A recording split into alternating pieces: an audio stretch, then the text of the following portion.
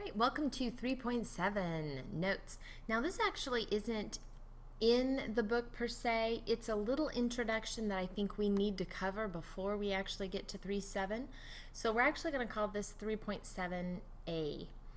Okay, and that's where we're talking about absolutes on open intervals. In section 3.1, we talked about on a closed interval. And remember, if you're talking about a closed interval, those absolutes are going to happen at critical points or at endpoints. So you found your first derivative, found those critical points, put the critical points and those endpoints back into the original equation. Whoever had the highest value won absolute max. Whoever had the lowest value won absolute min. Well, on an open interval, it's just a little bit different because we don't have those endpoints. So we are going to need to look at what the actual function's doing to see if we even have an absolute min and an absolute max. So in an open interval, we may not have both. We may not have either one. We're going to look at those limits. Okay, so when we're looking at our limits here, we're going to look at the interval from A to B. Because we're looking at the interval from A to B, we're going to be approaching this left endpoint from the right endpoint from the left, if that makes sense. So that's why we have the little plus sign up here and we have the little minus sign on our B, because we're approaching this endpoint from the left, this endpoint from the right. All right, so there could be 4 different situations that happen, but really it's only going to be 3 different possibilities. So this first possibility is if I approach A from the right side, I'm going to positive infinity. The left side, I'm going to positive infinity. That might look like this guy right here. Okay, so on that left endpoint, I'm at positive infinity. On the right endpoint, I'm at positive infinity. If this is the case, because the left side keeps getting higher, the right side keeps getting higher, there's not going to be an absolute max because your function keeps getting higher and higher. So if your both-sided limits go to positive infinity, there is no absolute max, but there will be an absolute min. Yes, on the absolute min. And so we'll know what to look for. Okay, so in the next possibility, if I'm going to negative infinity, we'll make this one a little simpler. Okay, on this one, you keep getting lower and lower and lower, so on this one, you won't have an absolute min. So no absolute min, because the function keeps getting lower and lower, but you will have an absolute max. Okay. Now on the last 2 situations, it's pretty much going to be the same situation. The top one here, this going to positive infinity, going to negative infinity, it's going to look maybe something like this. Whereas the next one, that was this guy. The other one would just be reversed, so you would be maybe this way. But either way you're looking at it, one side is going on to positive infinity, so it's getting big, big, big, big, so that means no max. Well, the other end is getting small, small, small, which means no min. So this situation, you have no absolute extrema.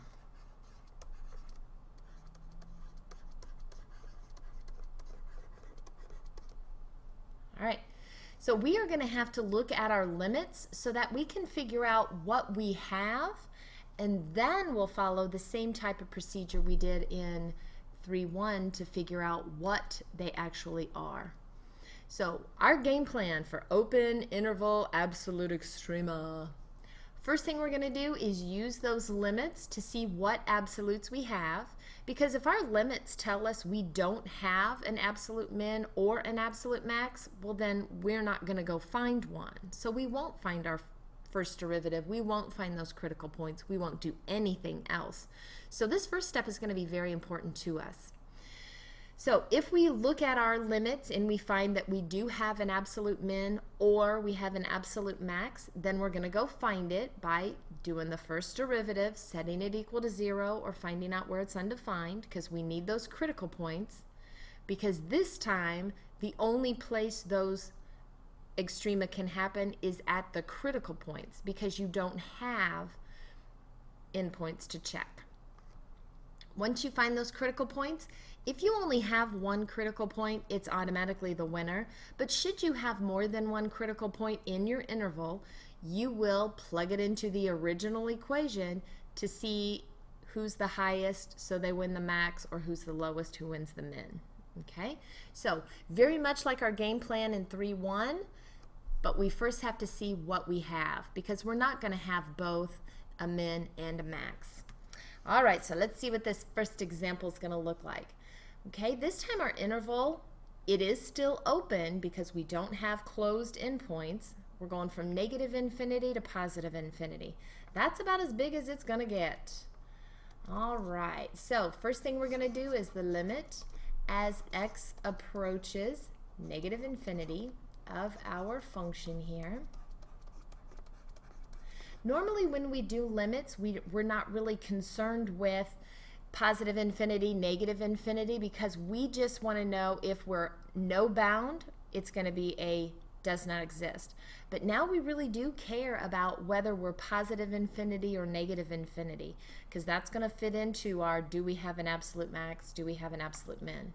So to refresh our memory, when we're looking at positive infinity, negative infinity, we want to look at that highest powered term, because that highest powered term is going to drive our process. So that highest powered term, everything else is going to be insignificant. So if I put in a really, really, really big negative number, so negative 1 million, and I take it to the 4th power, it's going to be positive. And then I multiply it by positive 3, it's still going to be positive. Okay, so let's see if we can't get that infinity a little bit. Oh, now I made it too close. Oh my goodness. Okay, I think I feel happy now. So the left-sided limit is going to positive infinity. Oh goodness. If the right side goes to negative infinity, we don't have to do any more work. Gosh, that would be exciting. Oh, darn it. When we plug in a really big positive number, once again, it's the highest powered term that's going to drive the whole entire function. Well, if we put in a really big positive number, take it to the 4th power, multiply by 3, it's going to be positive infinity. So we have that first situation. We've got to tell them what this infinity, positive infinity, means to us. It means we will have no absolute max, but there will be an absolute min. There will be, and we will find it. There will be an absolute max. Absolute min, sorry. Okay, so if I'm getting big, I'm not going to have an absolute max, but I will have an absolute min. Now I just need to find it. The way I find it, first derivative. So the derivative of 3x to the 4th plus 4x to the 3rd is going to be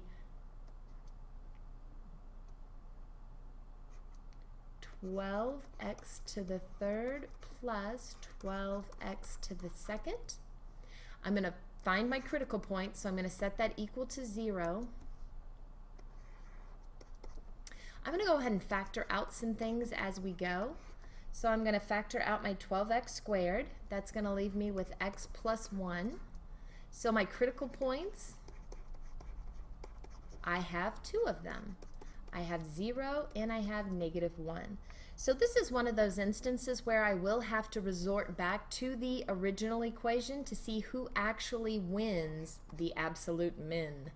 So I'll put 0 back into the original, I'll put -1 back into the original, and I'll see who has the highest value, who has the lowest value. Remember, we're looking for the absolute min, so we're looking for the lower value. When I put 0 in, I get 0. When I put -1 in, I get -1. So it turns out my absolute min is at -1, -1. And this time I don't have to write out my sentences because my limits are going to serve as that explanation as to why do I know I have an absolute min. I am going to put the x and the y coordinate of that point so people know exactly where and what it is. All right, so let's look at another example because gosh darn, these are fun. Okay, so I'm going to do the same process. Limit as x approaches negative infinity of x to the fourth plus 4x equals. So this time we're still looking at the highest powered term. So we're looking at this x to the fourth. So a negative number to the fourth power is still going to be positive. Oh, it's very Christmassy.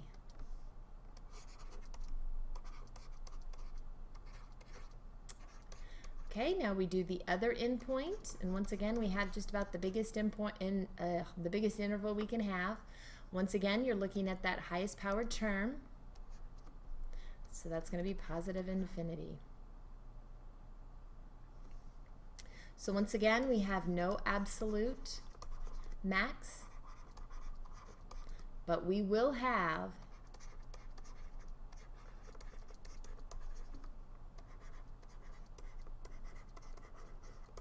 an absolute min. We just need to now find it. Okay, so we're going to find that first derivative. So that'll be 4x to the third plus 4.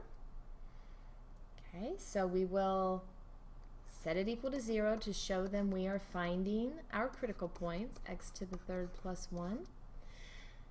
So we only have one critical point this time.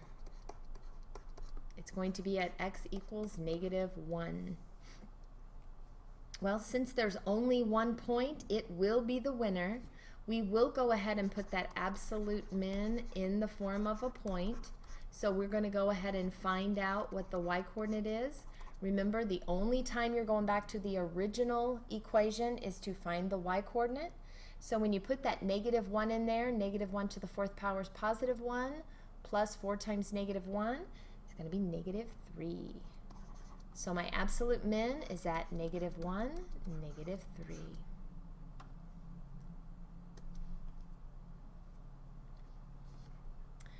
All right. Okay. Our next example. Okay, this time we have a 0 in there. So we do get to do we are headed towards 0 from the right side because we are on the right side coming in here. Okay, of our x to the third minus 3x squared plus 4. We'll do the other limit as we are approaching positive infinity.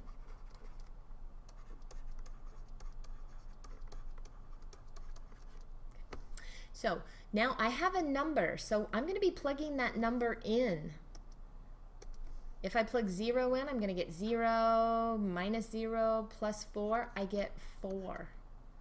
Well, when I'm going to infinity, I want to look at that highest power term. So if I put a positive number in there, take it to the third power, still going to be positive. Now this is a little bit different. The positive infinity still tells me there is no absolute max. It keeps getting higher and higher, so there's not a highest value. Unfortunately, because this is a 4, I can't say that I have an absolute max. Because what could happen is we could have two situations. I could have something that maybe looks like this and then goes up. So this was my value at 0, so I would have an absolute min. But I could also look just like this. So maybe at that 0, and remember that is a parenthesis, so the 0 does not count. It's actually an open circle. Okay, so I may have something like that where I don't have an absolute min either.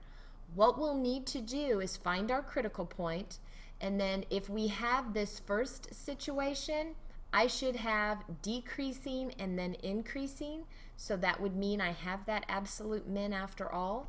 This I would just be only increasing, which means I would not have an absolute min. So whenever you get a number for your limit, that just means you're going to need to prove your absolute min. So we better get started. I find that first derivative. That's going to be 3x squared minus 6x. I'm going to set it equal to 0 once again to show that I know how to find myself some critical points. That's going to give me x minus 2. So I have critical points at x equals 0 and 2. Remember to always check your interval because now we have 0 to positive infinity. We don't have negative infinity to positive infinity. So looking at my interval, oh, sorry, 0, we cannot have you. So only critical point is 2. Remember, because we have a number for our limit, we can't just come right out and say, yep, 2's the winner. I have to prove that it's true. Well, if I'm going to have to prove, I'm going to make my little sign chart just for me, remember. That's a first derivative. It starts at 0, goes on and on. So if I do 2, I need to see what my derivative is doing. Is it positive? Is it negative? So if I plug in 1, well, that's going to give me 3 minus 6. That's going to be negative. We're going to be positive here because remember, your factors are odd, so you will alternate. So yay, we now know that we are decreasing and then increasing. So we have this situation number 1 like what we had up here, but we've got to write out our sentences, our glorious sentences. So because we were at negative or at positive infinity, we knew there wasn't a max. We went to 4, that means I have to prove that it is a min if it is indeed a min. So here we go with our proof. The derivative is less than 0 from 0 to 2. So f is decreasing from 0 to 2. Okay. My derivative is greater than 0 from 2 to positive infinity. So f is increasing from 2 on. Okay. Since f changes from decreasing to increasing at x equals 2, x equals 2 is an absolute min. Okay? We are decreasing to 2, then we are increasing, and we are never decreasing again. So that means, yep, we are an absolute min. So this is what we need to prove that, yes, indeed, we do have an absolute min. This is good enough for a proof to say that we don't have an absolute max. So not only do we have to prove we have an absolute min, we have to prove that we did not have an absolute max. Okay, so I have some examples for you. Make sure you're watching that second video. And remember, I'll know if you don't watch it